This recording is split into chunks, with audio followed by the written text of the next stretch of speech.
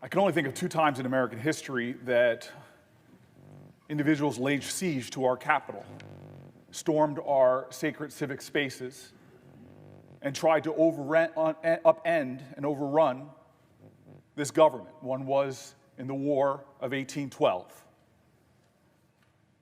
and the other one was today. What's interesting about the parallel between the two is they both were waving flags to a sole sovereign, to an individual, surrendering democratic principles to the cult of personality. One was a monarch in England, and the other were the flags I saw all over our Capitol, including in the hallways and in this room, to a single person named Donald Trump. The sad difference between these two times is one was yet another nation in the history of our country that tried to challenge the United States of America. But this time, we brought this hell upon ourselves. My colleague from Texas said that this was a moment where there were unprecedented allegations of voter fraud. Yes, that is true.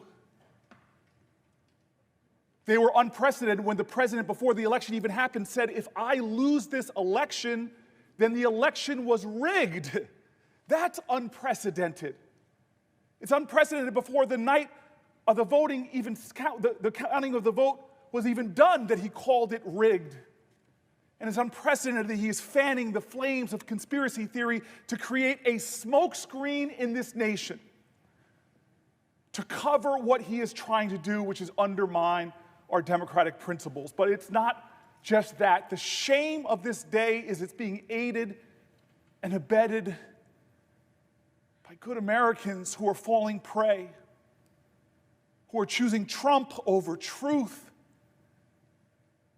who are surrendering to the passion of lies as opposed to standing up and speaking truth to power, who are trying to fundraise off of the shame of conspiracy theories as opposed to doing the incalculably valuable, patriotic thing to speak truth to our nation. Our democracy is wounded, and I saw it when I saw pictures of yet another insurgency, of a flag of another group of Americans who tried to challenge our nation. I saw the flag of the Confederacy there. What will we do? How will we confront this shame? How will we confront this dark second time in American history? I pray that we remember a Georgian.